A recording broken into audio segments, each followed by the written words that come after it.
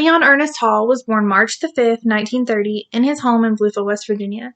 Leon was the second oldest of 6 children. Leon grew up in a very poor family, and being one of the oldest sons, he quit school while attending junior high at Fairview Junior High School, and he used that time to work at Burkhart and Carroll, which was a grocery store locally. And he worked as a bag boy as well as delivered groceries and made a small amount of income.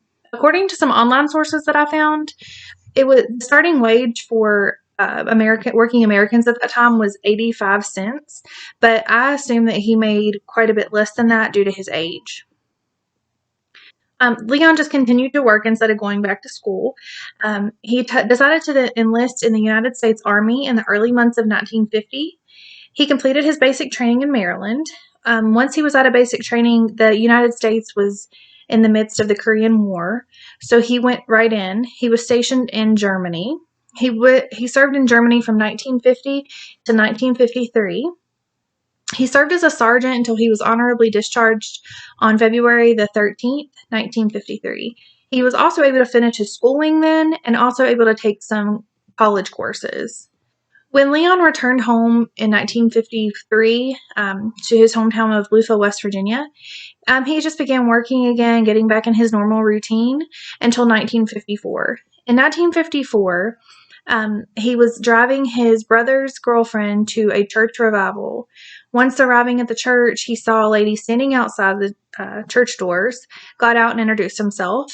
Turns out this woman was Mildred Jean Hall, or Gibson at the time, and as she preferred to be called Jean.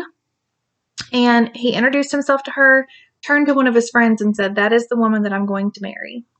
And on June the 25th, 1955, he did just that. Leon worked to support his new wife and himself by working at Kroger's as a delivery man, and he was stocking shelves at the time.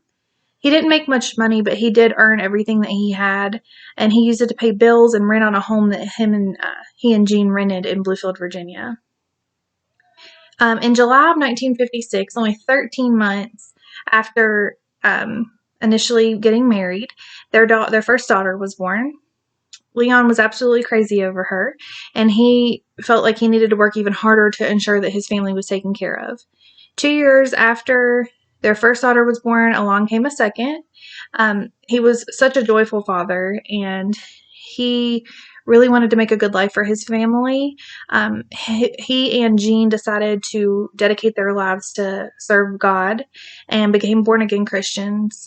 And when asked about their life together, Jean always said that was one of the reasons that she believes that they maintained such a blessed marriage all of the years they were together.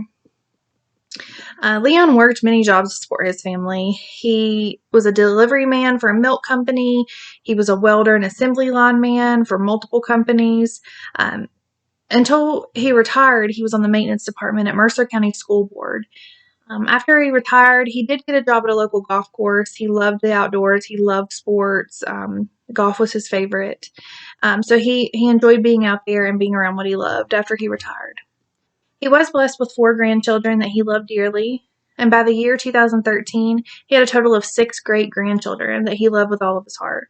He spent all the time he could with his grandchildren, took them camping, taught them to play his favorite sport of golf, and anything else that he could include them in. In June of 2013, Leon was taken for a surgical procedure to improve the circulation in his lower extremities. While during this operation, the doctor found an aneurysm, which they were able to fix at the time, but they also found a mass on his adrenal gland. That mass ended up being malignant. So Leon went through multiple chemotherapy treatments and was hospitalized several times for just chronic problems, including pneumonia. He kept pushing and he kept fighting. But he was hospitalized again in April of 2014 at Raleigh General Hospital with just reoccurring issues, and the prognosis was not very good. Leon was able to come back to Bluefield, Virginia, where he was placed in a nursing home and where he sadly passed away on June the 8th, 2014. I personally was one of the luckiest 4 people in this world because I've got to call this man my grandfather. He was the epitome of what a man should be. He loved his family, and more importantly, he made us know how much we were loved.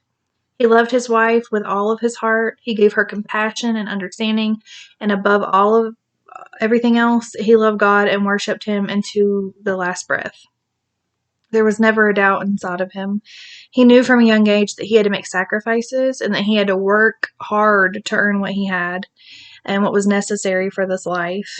My grandmother was always bragging about him. She knew every single day that his love for her was unmatched.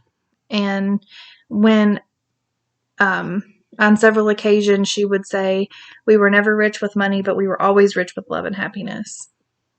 My grandfather contributed so much to this country, so much to my family and my life specifically. He was like no other. There will never be another man like him. He overcame so many obstacles, never complained, never batted an eye. He was the strongest man that I've ever known, and he deserves to be recognized for all of his accomplishments. Thank you.